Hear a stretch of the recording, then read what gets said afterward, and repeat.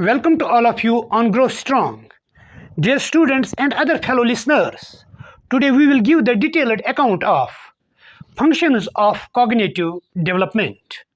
As we have already discussed, the concept of cognitive development. In today's lecture, we will purely focus on the various functions of cognitive development. Dear students, as we know that cognition simply means ability to understand, comprehend, discover and become aware of information. यानी कि जब हम किसी information को interpret करते हैं, उसे समझने की सलाहियत रखते हैं, अंडरस्टैंड करने की सलाहियत रखते हैं, that is known as cognition. Moreover, we can beautifully say that cognition is a term referring to the mental process involved in gaining knowledge and comprehension. If in deeper perspective, अगर हमें cognition को समझना होगा, when we will attain the knowledge by using the various cognitive abilities or mental abilities, and accordingly we will develop the comprehension. जैसे कि हमने already discuss किया है, comprehension simply means highest degree of understanding. जब हम किसी चीज़ या mechanism को समझते हैं, अंडरस्टैंड कर पाते हैं, एनालाइज कर पाते हैं, that's known as comprehension. Dear students, now in today's lecture, which is known as cognitive functioning, I mean to say you various functions of cognition. जैसे कि हम सब जानते हैं, cognition includes thinking, reasoning, logic, memory, understanding, decision making, etc. The great psychologists, whom we called the cognitive psychologists, जिन्होंने बहुत work किया है cognitive psychology पे, one is Jerome Bruner, second is Jean Piaget. We have number of times given the concept of the cognition of Jean Piaget. How Jean Piaget has beautifully remarked about the cognitive development.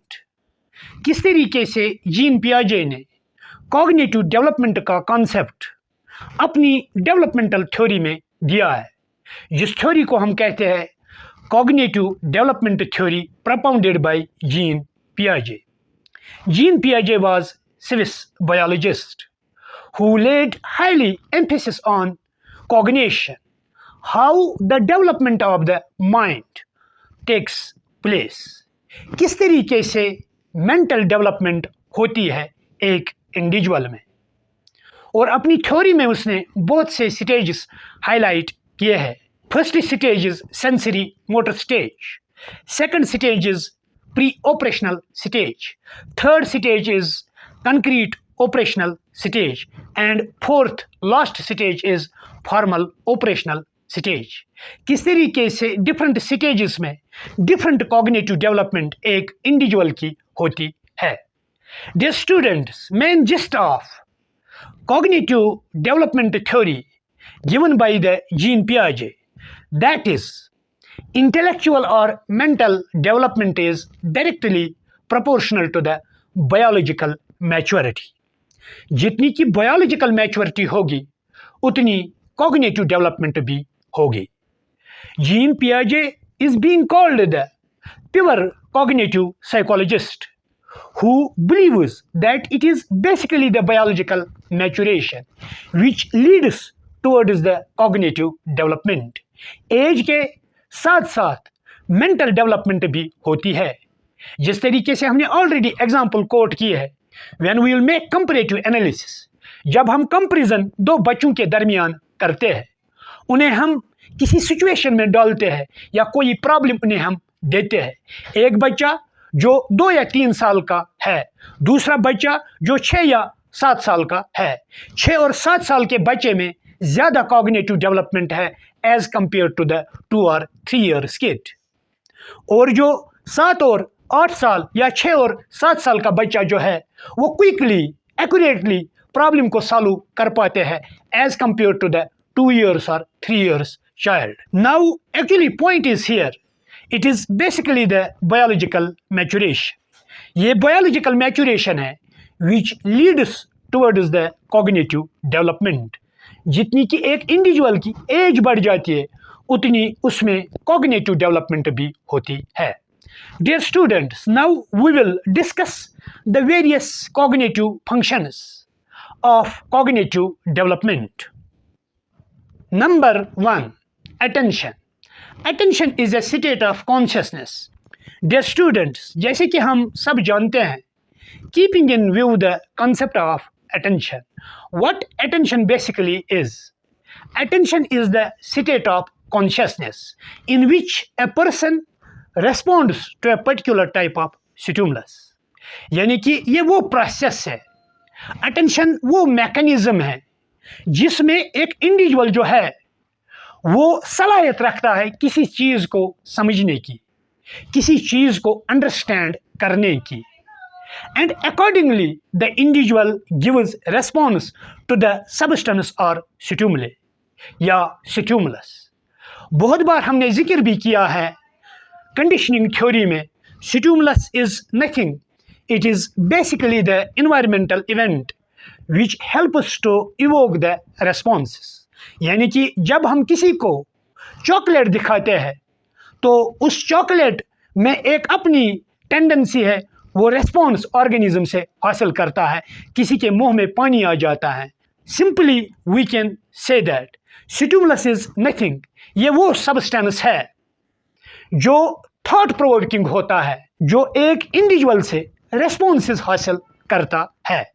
इसीलिए हमने कहा है attention is the state of consciousness by which an individual is able to respond to the stimulus. Dear students, अगर हमें attention को broader perspective में समझना होगा तो हम इस तरीके से कह सकते हैं, attention helps an individual to focus on particular type of stimulus and respond accordingly to the situation. Dear students, जैसे कि हम सब जानते हैं, जब तक कि एक इंडिविजुअल जो है वो किसी चीज़ पे अटेंशन नहीं करेगा, फोकस नहीं करेगा, तब तक कि वो उस चीज़ को समझ नहीं सकता है. It is basically the attention which helps us to discriminate the different objects or things.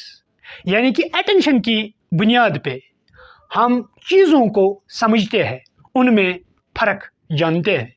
जब एक बच्चे को हम दिखाएंगे मैंगो ट्री और एप्पल ट्री को तो वो जजमेंटल बनता है on the base of attention.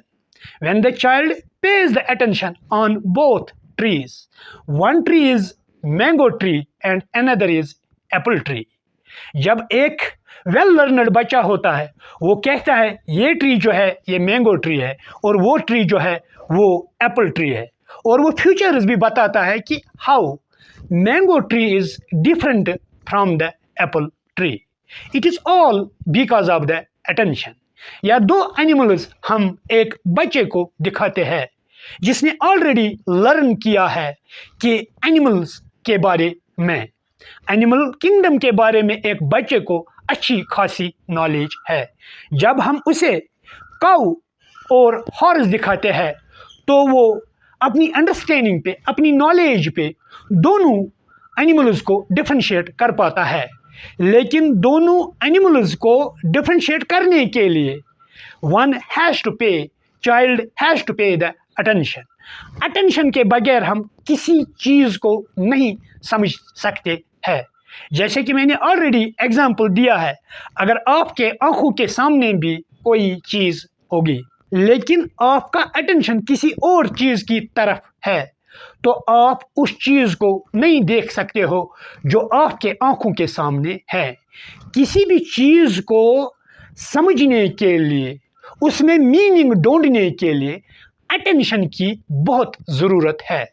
Without the attention we cannot draw the conclusions, inferences or meanings from the things or from the external world.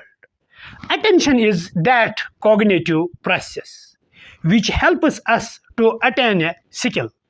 अगर हमें कोई स्किल हासिल करना होगा या हमें कोई स्किल सीखना होगा, स्किल सीखने के लिए अटेंशन ज़रूरी है. Attention plays very important role in order to learn the different skills. Typing का स्किल हम नहीं सीख सकते अटेंशन के बगैर. ड्राइविंग ए कार, गाड़ी चलाना, ये भी हम नहीं सीख सकते हैं अटेंशन के बगैर. जो भी कोई स्किल है या एक क्रिकेटर जो है हु प्लेज द क्रिकेट, वो क्रिकेट नहीं खेल सकता है. किस तरीके से मसल कोऑर्डिनेशन बनानी है, मसल मूवमेंट करनी है, उसके लिए भी अटेंशन ज़रूरी है. कोई भी स्किल लर्न करने के लिए, चाहे वो मैकेनिकल इंजीनियरिंग के स्किल होंगे, सिविल इंजीनियरिंग के स्किल होंगे, किसी को टेलरिंग का स्किल सीखना है, किसी को फैशन डिज़ाइनिंग का स्किल सीखना है, किसी को कारपेंटरी का स्किल सीखना है, किसी को ब्लैक स्मिथ्स का स्किल सीखना है. हर एक स्किल सीखने के लिए attention plays important role. That is why we have here mentioned that attention helps us not only to discriminate the things or objects, but it also helps us to learn the skills. Skill competency develop नहीं हो सकती है without paying the proper attention. Dear students, इसके बावजूद भी broader applicability है attention की. It is the attention which also helps us to remember the things. हमने ऑलरेडी डिस्कस किया है, तो आगे भी हम डिस्कस करने वाले हैं. Remembering means related to the memory. चाहे आप मेमोरी ऑफ रिटेंशन की बात कर लो, चाहे आप मेमोरी ऑफ रिकॉल की बात कर लो. We recall the information and also we retain the information keeping in view the memory. और एक इंडिविजुअल जो है, ना तो वो इंफॉर्मेशन को रिटेन कर सकता है, ना तो वो इंफॉर्मेशन को रिकॉल कर सकता है विदाउट द अटेंशन. यानी कि अटेंशन के बगैर ना रिटेंशन पॉसिबल है, ना रिकॉल पॉसिबल है. दोनों के लिए अटेंशन ज़रूरी है. Number second, memory. Memory is an important cognitive process that allows people to encode, store, and retrieve information. Cognition simply means use of the cognitive abilities or mental faculties. और उन mental faculties में memory भी एक है. जहाँ तक कि memory है, memory दो किस्म की है. एक memory को हम कहते हैं memory of retention, दूसरे को कहते हैं हम memory of recall. Memory of retention means the individual has retaining capacity, and memory of recall means the individual possesses to recall the information which has already stored or retained.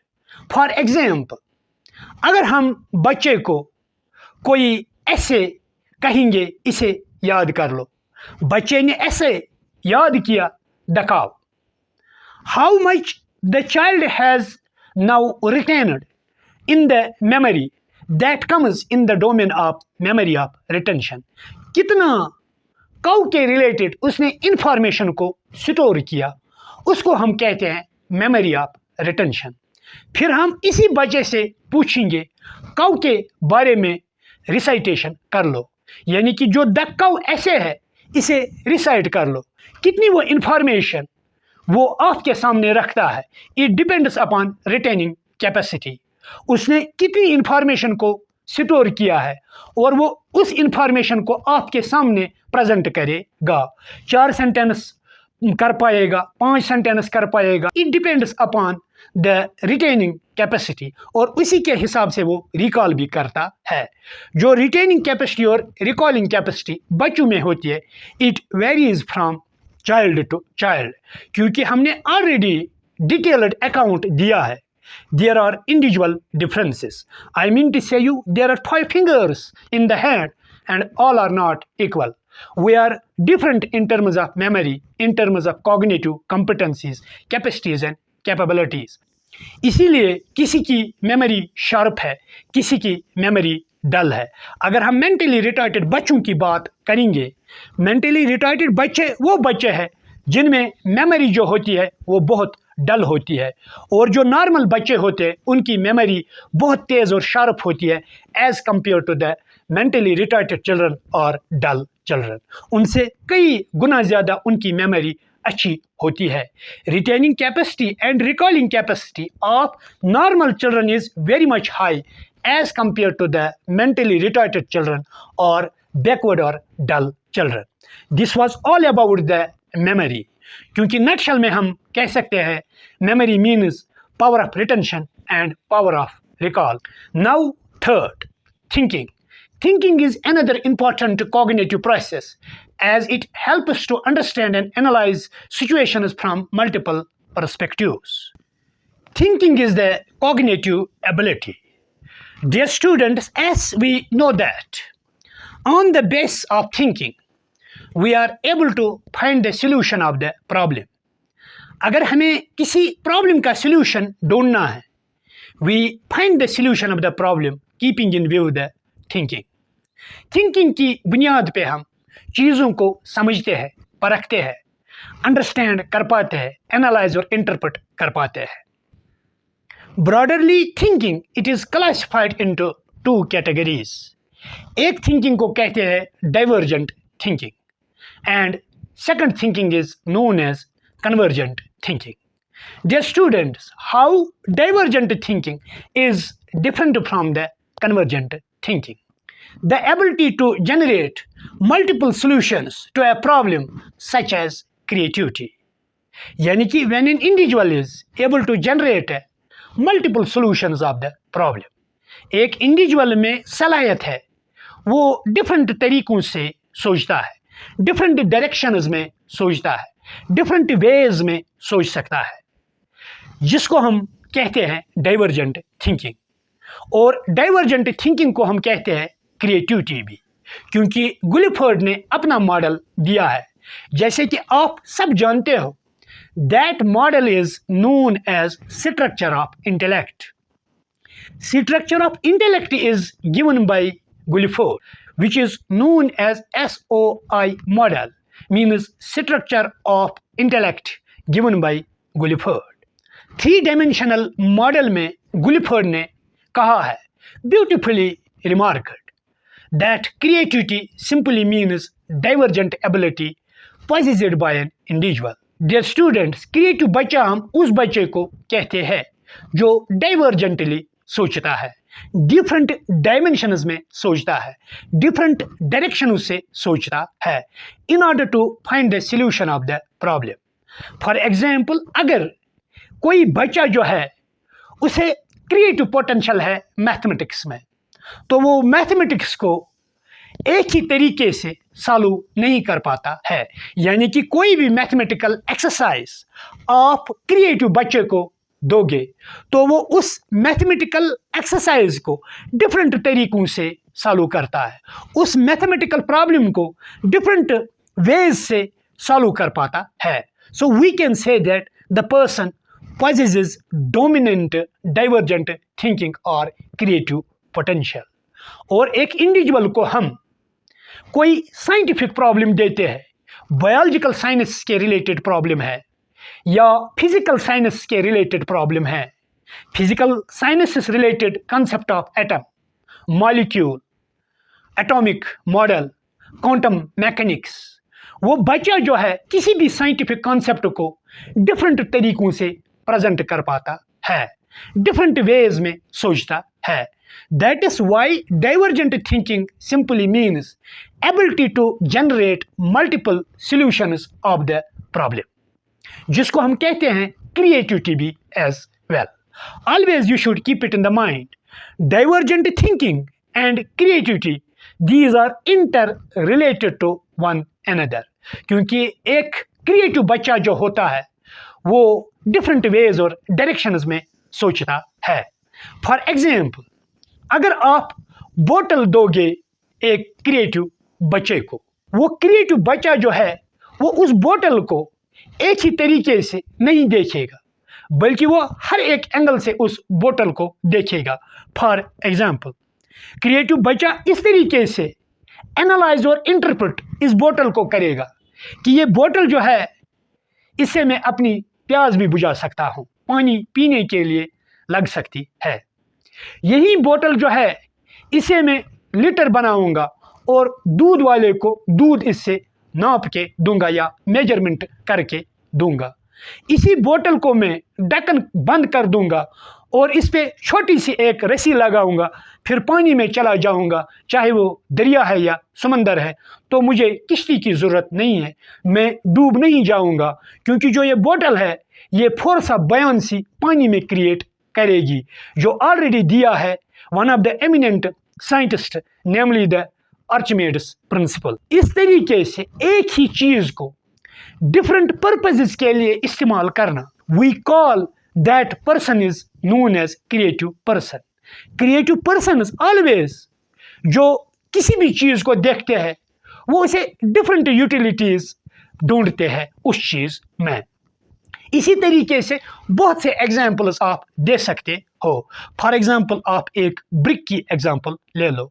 जब आप brick की तरफ नज़र डालते हो, creative बच्चा जब brick की तरफ नज़र डालता है, वो कहता है इस ब्रिक को मैं मकान बनाने के लिए इस्तेमाल कर सकता हूँ, इसी ब्रिक को मैं किलोग्राम के लिए यूज़ कर सकता हूँ, और भी कई पर्पसेस है इस ब्रिक से।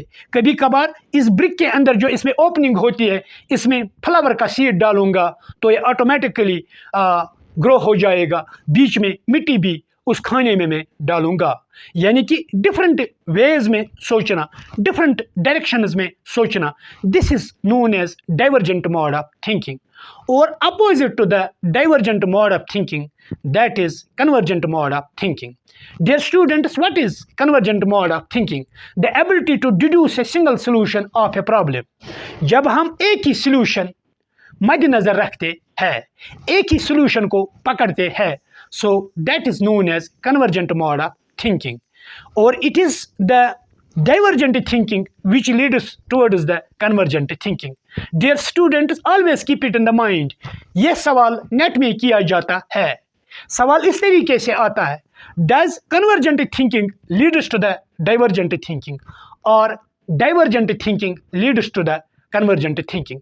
इसका अप्रोप्रिएट आंसर है, it is basically the divergent thinking which leads towards the convergent thinking.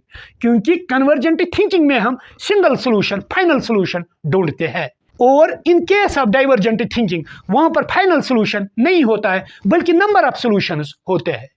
और in case of convergent thinking हम नंबर ऑफ सॉल्यूशंस में से एक सॉल्यूशन को पकड़ते हैं, that is known as convergent mode of thinking. जब हम एक पर्सन को बोतल दिखाई गई, अगर उसकी कन्वर्जेंट थिंकिंग डोमिनेंट है तो वो सिर्फ इतना ही सोच पाएगा बोतल के रिलेटेड। वो इस तरीके से बोतल को अंडरस्टैंड, एनालाइज और इंटरप्रेट करेगा कि इस बोतल से मैं पानी पी सकता हूँ, और कुछ भी इसके बगैर नहीं सोचेगा।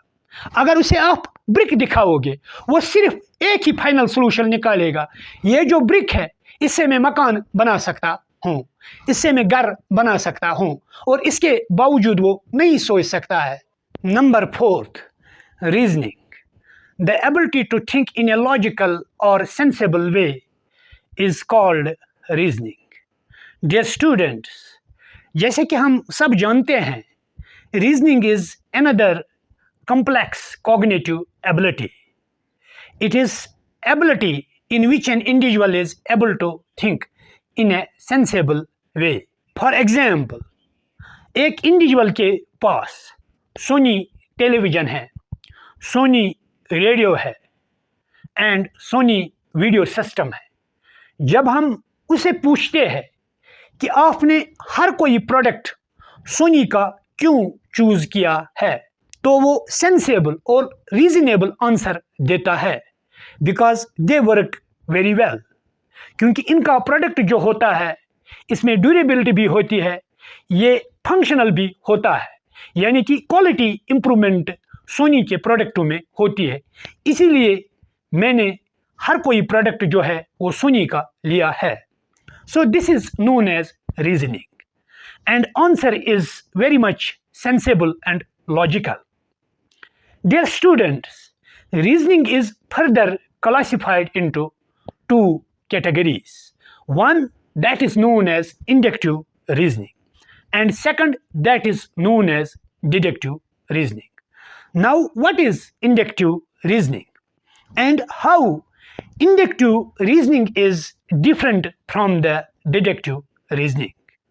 जैसे कि हम सब जानते हैं, inductive reasoning is that reasoning in which we draw the conclusions by going from specific to general. जब हम पार्ट से लेके होल तक चले जाते हैं तो उस मोड ऑफ रीजनिंग को कहते हैं इंडक्टिव रीजनिंग. फॉर एग्जाम्पल, अगर हमें बच्चों को पढ़ाना होगा कंसेप्ट ऑफ ट्री, तो हम होल का कंसेप्ट पहले नहीं देंगे, हम ट्री के रिलेटेड इंफॉर्मेशन पार्ट्स में देंगे. पहले हम बच्चे को कहेंगे various parts of the tree like root, shoot, branches, flowers, fruits, etcetera, and combination of all these parts makes a tree. तो नटशल में हम कह सकते हैं inductive reasoning is that mode of reasoning जहां पर हम पार्ट टू होल जाते हैं. कोई भी इंफॉर्मेशन, कोई भी कंसेप्ट हमें लर्नर को समझाना है, हम कंसेप्ट के रिलेटेड, ऑब्जेक्ट के रिलेटेड पार्ट्स की इंफॉर्मेशन पहले देते हैं और फाइनली हम होल तक पहुंचते हैं. So this is known as inductive reasoning. It is also called as bottom up reasoning. Dear students, on the other hand, opposite to the inductive reasoning is deductive reasoning. What is deductive reasoning? In deductive reasoning, we are drawing the conclusions from whole to part. यहाँ पर reverse में हम जाते हैं. पहले किसी चीज़ के related हमें कोई इंफॉर्मेशन देनी होती है, हम सिस्टम को, चीज़ को एज ए होल प्रेजेंट करते हैं, फिर पार्ट्स तक पहुंचते हैं. In case of deductive approach we lead from whole to part. For example, बच्चे को डायरेक्टली कंसेप्ट ऑफ फ्लावर देंगे, कंसेप्ट ऑफ ट्री देंगे, कंसेप्ट ऑफ ह्यूमन बॉडी देंगे, फिर उसके बाद हम पार्ट्स तक पहुंच जाएंगे. For example, we will say to the students और learners, this is the human body.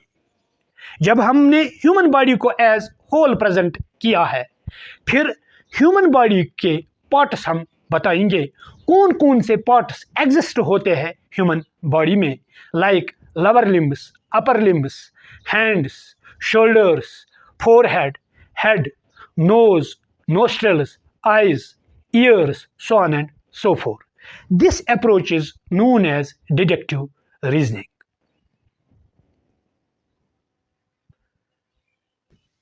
Number 5th, perception. Perception is a cognitive process that allows people to take in information through their senses, then utilize this information to respond and interact with the world. जैसे कि हम सब जानते हैं, perception simply means interpretation of the senses. Senses are called the gateways of knowledge. Every bit of the knowledge is received with the result of sensory organs. Like हमने already previous lectures में discuss किया है, we have 5 different sensory organs, like sense of sight is, sense of hearing is, sense of smell is, sense of touch is, sense of taste is. These are 5 sensory organs. इनको हम हवास खमसाज भी कहते हैं. कोई भी information हासिल करने के लिए, I mean to say you, all knowledge is received with the result of sensory organs. और different sensory organs हमें डिफरेंट इंफॉर्मेशन देती है. आइज़ का अपना रोल है, किस तरीके से हम एक ऑब्जेक्ट को दूसरे ऑब्जेक्ट से डिस्क्रिमिनेट कर पाते हैं, because there is involvement of one of the sensory organ that is known as sense of sight. Colours की हमें पहचान होती है। हम रिकॉग्नाइज करते हैं ब्लू कलर कौन है, ब्लैक कलर कौन है, रेड कलर कैसा है, वाइट कलर कैसा है, हम कलरों को पहचानते हैं। या बॉडी स्ट्रक्चर डिफरेंट एनिमल्स का, एनिमल एनाटॉमी, ह्यूमन एनाटॉमी, हर कोई एनाटॉमी समझने के लिए we involve the sense that is known as sense of sight. We receive the knowledge with the help of sense of sight. इसी तरीके से there is another important sense that is known as sense of hearing. Sense of hearing के जरिए भी हम interpret करते हैं different sounds. चाहे वो sounds produced by the jet aircrafts, चाहे sounds produced by the machineries and factories, या sounds produced by different animals, human beings as well. किस तरीके से एक दूसरे का साउंड जो है यह मुख्तलिफ है. We differentiate one sound from the another sound. जो different animals है वो अपने अपने तरीके से यानी कि साउंड्स प्रोड्यूस करते हैं. डॉग की जो बार्किंग है वो डिफरेंट है बाकी एनिमल्स के साउंड्स से. तो हम कह सकते हैं यहाँ पर कौन सा ऑब्जेक्ट जो है वो किस तरीके से साउंड करता है या साउंड प्रोड्यूस करता है. जैसे कि हमने ऑलरेडी एग्जांपल दी है जेट एयरक्राफ्ट्स की, मशीनरीज की, फैक्ट्रीज की, या बाय एंड लार्ज हम कह सकते हैं कि the sounds produced by the nuclear weapons. Apart from it, there are other sensory organs which helps us to receive the knowledge, like sense of smells. हम smell के बुनियाद पे कहते हैं कि किस चीज़ में कौन सी फ्रेगरेंस है, कौन सी स्मेल है, कौन सा फ्लावर कौन सी फ्रेगरेंस देता है, कौन सी चीज़ पंजेंट स्मेल जिसकी है और किस चीज़ की स्मेल जो है वो I mean to say you redolent है, बदबूदार और खुशबूदार चीज़ें. तो there is one of the sense that is known as sense of smell. इसी तरीके से सेंस ऑफ जो टेस्ट है उसे अपना रोल है. The sense of taste perform its own role, क्योंकि सेंस ऑफ टेस्ट से हम टेस्ट चेक करते हैं whether the things are salty in taste, bitter in taste, sour in taste or sweet in taste. And last sense which is known as sense of touch, के feel करना, और feel हम skin के जरिए कर पाते हैं. चीज़ जो है वो हॉट है या कोल्ड है, वो मॉडरेट कोल्ड है या एक्सट्रीम कोल्ड है. Now dear students, there is another I mean to say you cognitive function that is known as language. Language development or cognitive process that involve the ability to understand, express thoughts through spoken and written words. This allows us to communicate with others and plays an important role in thought. जैसे कि हम सब जानते हैं, language simply means transmission of ideas from one person to the another person. जब एक व्यक्ति जो है वो दूसरे व्यक्ति तक अपनी इंफॉर्मेशन प्रोवाइड करता है, किस तरीके से इंफॉर्मेशन का इनकोडिंग और डिकोडिंग होती है, इसे कहते हैं language. It is encoding and decoding process. और जो इंफॉर्मेशन आइडियाज हम शेयर करते हैं एक दूसरे के साथ, कम्युनिकेट जो हम करते हैं, we communicate usually either in spoken form or written form. Teaching learning is that process where there is interaction between the teacher and the taught. Student और टीचर के दरमियान कम्युनिकेशन, और जो टीचर होता है वो स्पोकन फॉर्म में अपने आइडियाज बच्चों तक शेयर करता है, और स्टूडेंट जो है वो इंफॉर्मेशन को रिसीव करते हैं जो वर्बल फॉर्म में टीचर क्लासरूम में करता है. It means there is exchange of ideas between the teacher and the taught. और इसी टीचिंग लर्निंग प्रोसेस में हम लैंग्वेज को रिटन फॉर्म में भी यूज करते हैं. डियर स्टूडेंट्स, नटशल में हम कह सकते हैं जो लैंग्वेज जो है it leads towards the cognitive development by means of written language और स्पोकन लैंग्वेज. जितनी कि हम रिटन लैंग्वेज और स्पोकन लैंग्वेज पे फोकस करेंगे उतनी हम में थॉट प्रोसेस हो जाती है, उतनी कॉग्निटिव डेवलपमेंट होती है. Dear students, these were all the functions of cognitive development. जैसे कि हमने डिटेल्ड अकाउंट दिया है कि किस तरीके से अटेंशन जो है वो फर्स्ट फंक्शन ऑफ कॉग्निशन है। अटेंशन के बाद हमने डिस्कस किया है मेमोरी, और मेमोरी में हमने दो टाइप्स की मेमोरीज डिस्कस की है, memory of recall and memory of retention. Third cognitive function हमने डिस्कस की है थिंकिंग, और थिंकिंग को भी हमने दो सब कैटेगरीज में डिस्क्राइब किया है, divergent mode of thinking and convergent mode of thinking. इसी तरीके से हमने रीजनिंग को डिस्क्राइब किया है, reasoning as a cognitive function, और रीजनिंग भी बाइफरकेट दो कैटेगरीज में है, inductive reasoning and deductive reasoning. And apart from it we also discussed the perception as a cognitive process, and lastly हमने डिस्कस किया है language development as a cognitive process. Next lecture में we will hopefully discuss emotional development with relation to the human development. If you really enjoyed the lecture, kindly like, share and subscribe the channel. Thank you and grow strong.